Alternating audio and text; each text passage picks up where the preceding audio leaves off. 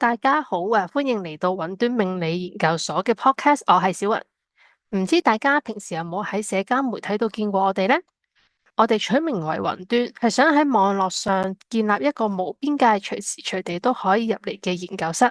以往我哋主要會喺 IG 或者 Thread 度用文字分享，點解會增加用聲音分享？一嚟係想有更加多嘅互動，二嚟係希望用把聲講出嚟會更加生動，所以就決定開呢個 podcast，等大家隨時隨地都可以入嚟呢個雲端空間聽我哋嘅研究心得。今日係我哋雲端命理研究所 podcast 嘅第一集，亦係我哋正式將呢個雲端實驗室開麥嘅大日子。作為第一集，我想同大家分享下我哋開呢一個 channel 嘅初心，同埋我哋兩位研究員嘅背景。除咗我，平時仲有一位 partner 叫 Ryan 同我一齊研究。我哋係上風水同八字堂認識嘅，佢之前就主力研究易經。其實我同 Ryan 正式都唔係算命，我哋純粹對玄學好有研究，好想將呢一啲嘅智慧用現代嘅角度去拆解。我哋開呢個 podcast 係希望有更加多真實嘅案例，希望有更加多嘅人願意同我哋分享佢哋嘅八字，亦都希望有更加多嘅人同我哋去做交流，一齊研究。今日係我哋嘅第一集，講一講最基礎嘅資訊，就係八字係咩，同埋點樣睇。原來八字呢一樣嘢係中國人研究出嚟嘅算命方式。其實之前咧，佢就唔係攞嚟算命嘅，佢只係一個日曆嚟嘅啫，即係佢同時間係有關係。以今日為例子，今日係2026年3月29號。咁平時我哋就會好 casual 咁樣講，今日係2026年3月29號。但以前嘅人咧就唔會啦，2026年會改為做丙午年，月份咧就會改為辛卯月，日咧咁今日係壬寅日，而家係凌晨嘅12點，咁就會表達為子時，而家咧係庚子時，即係話如果呢一刻有一個 BB 出世，咁佢嘅八字就會係丙午年、辛卯月、壬寅日、庚子時。如果大家留意到，就會發現年咧係兩個字丙午，月份咧亦都兩個字辛卯，日咧係兩個字壬寅，時咧就會係庚子時，得兩個字，咁加埋就係8個字，就係呢一個八字嘅原局啦。講完原局，除咗原局，仲有咩影響呢？影響我哋嘅咧就係一個大運。如果大家想 check 到自己嘅八字係咩，其實去一啲八字嘅網站或者係 App Store 度 download 一個八字嘅 app，輸入翻出生年月日，就可以見到八字嘅組成。而呢啲 app 咧都會排埋你嘅大運出嚟嘅。大運咧就10年為一個運，咁每一個人咧起運嘅時間都係唔同嘅。除咗原局，影響我哋一生最深嘅就係大運。所謂一命二運三風水。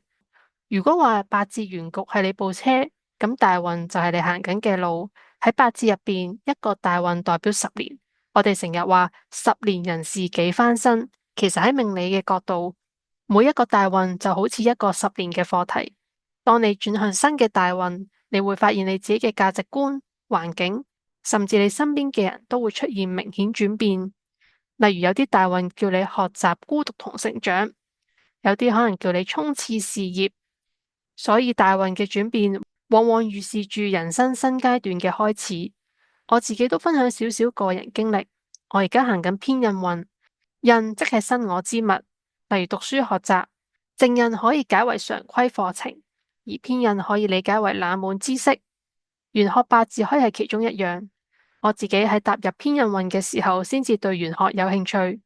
第一樣接觸嘅就係塔羅同星盤，之後就係八字同風水。當然入運嘅時候係發生咗啲事，先至令我去了解玄學。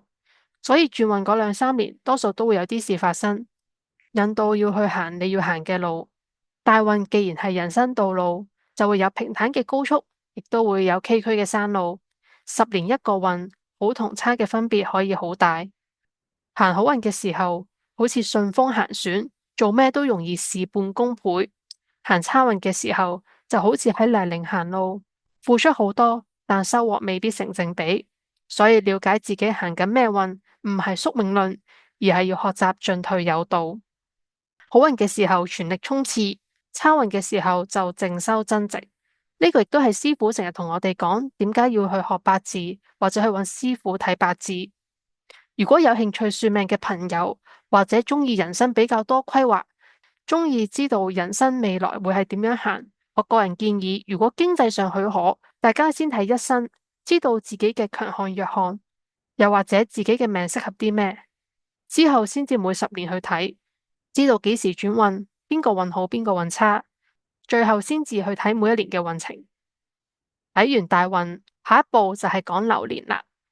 流年簡單啲嚟講就係指今年，例如2026年係丙午年，咁對於每一個人嚟講，2026年就係佢哋嘅流年。如果大運係長遠嘅氣候，流年就係每一日嘅天氣。